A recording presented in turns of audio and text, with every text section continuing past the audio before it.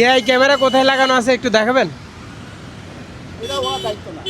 এটা আমি দেখাইতে, হ্যাঁ এটা আমি দেখা মূলত যে কোন জায়গায় আছে আছে এটা আছে, কিন্তু কোন জায়গায় আছে এটা বলা যাবে না। এআই ক্যামেরা লাগানোর পরে কি ট্রাফিক নিয়ন্ত্রণ হচ্ছে, মানে খুব ভালোভাবে চলাচল করতেছে? হ্যাঁ হচ্ছে।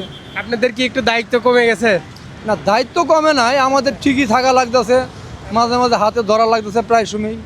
মানে আগের থেকে একটু সহজ, মানে সহযোগিতা হচ্ছে আর কি, হ্যাঁ এআই এর মাধ্যমে সহযোগিতা হচ্ছে। হ্যাঁ অনেকটাই হচ্ছে, সম্পূর্ণ না অনেকটাই। এটা কি মামলাটা কিভাবে হয় একটু বলবেন?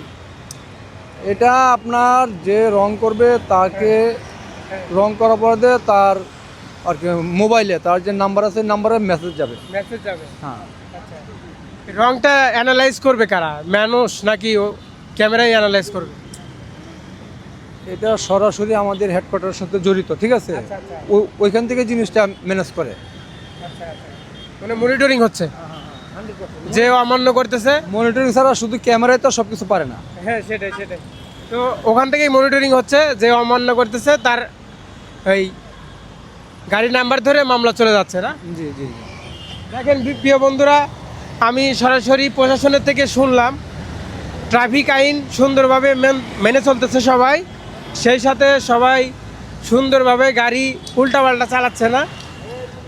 এখানে গাড়ি কিন্তু সুন্দরভাবে চলে যাচ্ছে। দেখেন বিজয় সরণি, এখানে আগে অনেক এলোমেলো গাড়ি চলতো, এখন ট্রাফিক আইন পরিপূর্ণভাবে মানতেছে এআই ক্যামেরার ভয়ে। কারণ একটা যদি মামলা হয়ে যায়, সেই